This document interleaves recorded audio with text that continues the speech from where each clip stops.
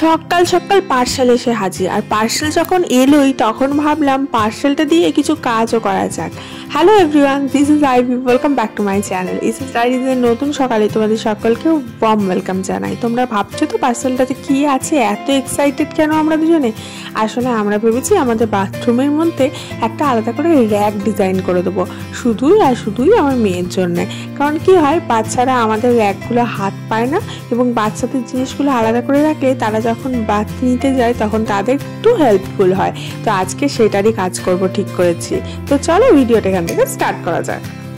এই দুটো র্যাক আমি অনলাইন থেকে পারচেস করেছি, অর্ডার করেছিলাম বেশ কয়েকদিন আগে, আজকে ডেলিভারি দিল।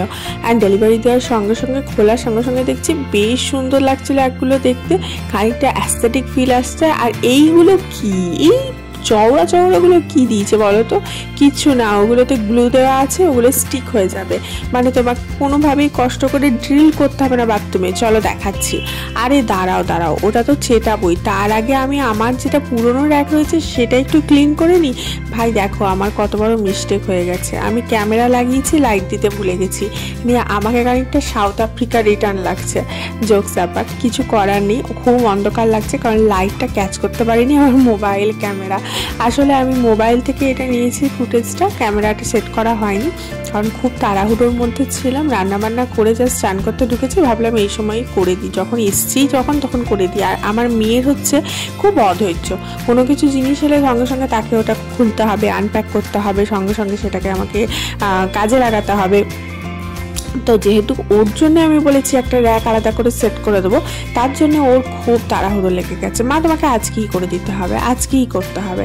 তো যাই হোক, ও যখন বলেছে আজকে করতেই হবে, কিন্তু আমার আবার কি, যে কাজটা করব সেটা ভালোভাবে করব, পুরোটা সুন্দরভাবে করব, না হলে করব না। তার জন্য আমি এই যে পুরনো র্যাকটা আমার ছিল, যেটা অলরেডি আমার বাথরুমে লাগানো ছিল, সেই র্যাকটা আমি খুলে বার করলাম, সমস্ত জিনিস নিচে নামালাম। তাকটা অনেক দিন যাবৎ পরিষ্কার করা হয়নি, তার জন্য বেশ ময়লা হয়েছিল, তাই তাকটা আগে পরিষ্কার করে নিচ্ছি। যেহেতু বাথরুমেরই তাক প্লাস্টিক দিয়ে তৈরি, তার জন্য এটার জন্য পরিষ্কার করতে বেশি কষ্ট করতে হয় না। আর যেহেতু সাবান শ্যাম্পু রাখা থাকে তাই একটু পরেই থাকে। তো যাই হোক, আমি ব্রাশ দিয়ে ঘষে খুব সুন্দর করে পরিষ্কার করে দিচ্ছি। তোমাদের ভাই একটা হার্ডলি রিকোয়েস্ট, ভিডিওটা যারা দেখছো টুক করে একটা লাইক করে শেয়ার করে দিও, আর অবশ্যই চ্যানেলটা সাবস্ক্রাইব করে রেখো। যাই হোক, টাইলসে ড্রিল করে এটা আমার লাগানো ছিল র্যাকটা, কারণ ড্রিল করা থাকলে জিনিসটা একটু বেশি পোক্তা হয়, কিন্তু এখন না ড্রিল করাটা খুব একটা সম্ভব হয়ে উঠছে না। এবং দেখছি খুব সুন্দর স্টিক করা মেটেরিয়াল বাজারে কিনতে পাওয়া যাচ্ছে। আই ডোন্ট নো স্টিক করা জিনিসগুলো কতদিন অবধি থাকবে।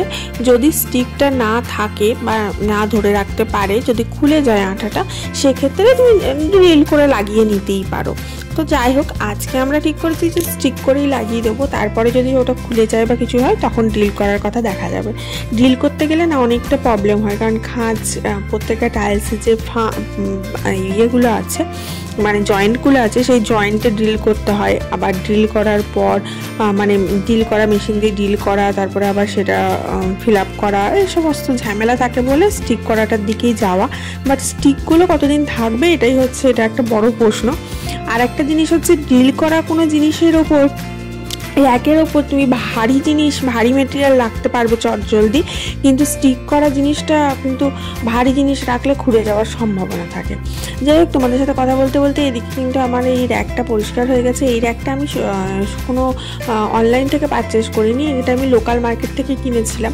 বেশ বড় দেখে র্যাক, যাতে সমস্ত কিছু ধরে যায়। কিন্তু ব্যাপারটা হচ্ছে আস্তে আস্তে জিনিস এত বেড়ে যায় মানুষের যে র্যাকের কমতি পড়ে যায়। তো আমারও সেই হয়েছে অবস্থা, অনেক জিনিস হয়ে গেছে বাথরুমে, ধরছে না। আর সবথেকে বড় কথা, এটা যে হাইটে লাগানো, আমার আর আমার হাজবেন্ডের রিচ করতে কোনো অসুবিধা হয় না, একদম আমাদের হাইটেই লাগানো, কিন্তু আমার মেয়ের ওখানটায় হাতটা রিচ করতে খুব অসুবিধা হয়। ও আবার কি করে, মাঝে মাঝে কোনো মগের ওপর, বালতির ওপর উঠে গিয়ে তারপরে ওখান থেকে সোপ, শ্যাম্পু এই সমস্তগুলো পারে। তো অনেক সময় পিচ্ছিল কেটে পড়ে যাওয়ার চান্স থাকে বা সেটা ভেঙে যাওয়ার চান্স থাকে, তাই না? তার জন্য আমি ঠিক করেছিলাম যে একটা র্যাক যদি ওর জন্য আলাদা করে ওর লেভেলে করে দেওয়া যায়, যাতে করে ওর জিনিসগুলো থাকবে, ওর সাবান, ওর শ্যাম্পু, ওর সমস্ত কিছু থাকবে, হ্যান্ড ওয়াশ সমস্ত কিছু থাকবে, অয়েল থাকবে, যাতে ও নিজের মতো চান করার সময় ওটা ও রিচ করতে পারে, ওর যাতে কোনো অসুবিধা না হয়। তো সেই জন্যই এত কিছু কাজ করা। তো যাই হোক, এটা করতে গিয়ে ভালোই হলো, আমার এটাও পরিষ্কার হয়ে গেল। এবং র্যাকটা লাগাবার আগে আমি টাইলসটাও ভালো করে ঘষে মুজে পরিষ্কার করে নিলাম, জল দিয়ে ধুয়ে নিলাম। এরপরে দেখো এটা শেড করে দিয়েছি। এরপরে যে কসমেটিক্সগুলো আছে এগুলো একটা একটা করে শেড করব, কিন্তু তার আগে প্রত্যেকটা কসমেটিক্স ধুয়ে নেবো, ধুয়ে সেটাকে শুকিয়ে তারপরে আস্তে আস্তে তুলে রাখবো। আর এটার যেটা ওই দরজার মতো রয়েছে, কাঁচ যেটা রয়েছে, সেটাকেও আমি ভালোভাবে মুছে দিলাম যাতে দেখতে ভালো লাগে। কিন্তু আজকের ভিডিওর জন্য সত্যি আমার খুব খারাপ লাগছে যে ভিডিওটা এত অন্ধকার লাগছে, কোনো লাইট নেই। বাট কি করব, কিছু করার ছিল না, তাই যেহেতু ভুল হয়ে গেছে, কিন্তু ভিডিওটা যেহেতু করা হয়ে গেছে সেহেতু আর সেটাকে তো আর ফেরাতে পারবো না। কারণ এটা তো আর অন্য ভিডিওর মতো না যে আবার অন্য কিছু নয় যেটা রিশুট করা যাবে। এগুলো একটা ডেলি ব্লগ, যেটা তোমার ডেলি জীবনযাত্রা চলছে, সেটা হয়ে গেছে, সেটা তো আর কিছু করার নেই। যাই হোক, এদিকে দেখো এটা আমার সার্ফের কৌটোর মধ্যে আমাদের সার্ফ রাখা থাকে, গুঁড়োর সার্ফ।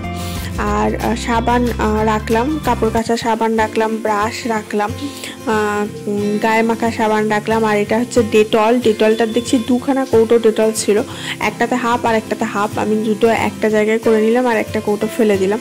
অনেক সময় এগুলো হয় জানো তো, যে আমার দুটো ডেটল হয়েছে তো দুটো কৌটোই ওখানে জমা হয়ে গেছে, স্পেসটা ওখানে চলে যাচ্ছে। এটা আমার ফেস ওয়াশ, আমি হিমালয়ের ফেস ওয়াশটা খুব ইউজ করি, অন্য কিছু ইউজ করি কিন্তু হিমালয়েরটা বেশি ইউজ করি, কারণ ওটা আমার মনে হয় খুব সুটেবল।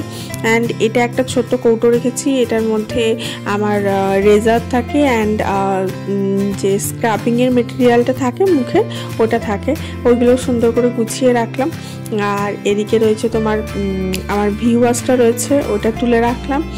আর এই সমস্ত টুকিটাকি আর কি। একটা ছোট ব্রাশ রেখেছি আমার চিরুনি পরিষ্কার করার জন্যে, একটা ব্রাশ রেখেছি জুতো পরিষ্কার করার জন্যে, এই আর কি। আর এই ছোটোখাটো যা যা জিনিস লাগে আর কি, যার যেরকম লাগে, আমার যেরকম লাগে আমি রাখলাম। এটা হচ্ছে বডি শ্যাম্পু, আর শ্যাম্পু রয়েছে, শ্যাম্পুটা আমি ঠিক করেছি ওখানে রাখবো, ওই জন্য আর এখানে তুলে রাখলাম না। তো একটা প্যাকেট নিলাম, প্যাকেটের মধ্যে যেগুলো এক্সেসিভ যেগুলো আমার চলে গেল সেগুলো সব তুলে ফেলে দিচ্ছি, কারণ দেখো এতগুলো ফালতু জমেছিল, ওখানেই জমেছিল। কি করব বলো, বোঝা যায় না তো, যে ধরো একটা রয়েছে আবার একটা চলে এলো, এরকম হয়ে যায়। যাই হোক, এইগুলো সমস্ত হয়ে গেল। এই বাথরুমটা একটু পরিষ্কার করে নিয়ে এবার নতুন র্যাকটা তোমাদেরকে লাগানো দেখাচ্ছি যে কিভাবে লাগাতে হবে। একদম ইজি প্রসিডিওর, কোনো কষ্ট করতে হবে না। কিন্তু আমি লাগাতে পারবো না, আমার বরকে দিয়ে লাগানো করাবো, কারণ এই সমস্ত কাজগুলো আমার বরই ভালো করে, আমি আবার এই সমস্ত কাজগুলো করতে যাই না। তো এই দেখো বাথরুমটা পরিষ্কার করে নিলাম অ্যান্ড একদম ক্লিন হয়ে গেল। এরপরে হাজব্যান্ডকে ডাকবো, নিয়ে ওকে বলবো যে একটু স্টিক করে দিতে। স্টিক করতে বেশি সময় লাগবে না, কিন্তু একটু ব্যবস্থা করে করতে হবে যাতে ঠিকঠাক থাকে আর কি। তো এখানে দেখো বরকে ডেকেছি, ও এখন স্টিক করে দিচ্ছে।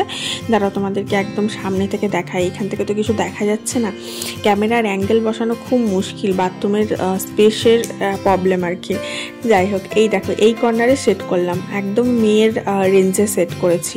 ওইটা যেমন একটু উঁচুতে সেট রয়েছে, ওটা না করে দেখো। আর এটা দুদিকে দুটো দিয়েছে, ওর মধ্যে হালকা পলিথিনের মতো চেটানো ছিল, সেটা তুলে ফেলে দিয়ে এরকম সুন্দরভাবে স্টিক হয়ে যাচ্ছে।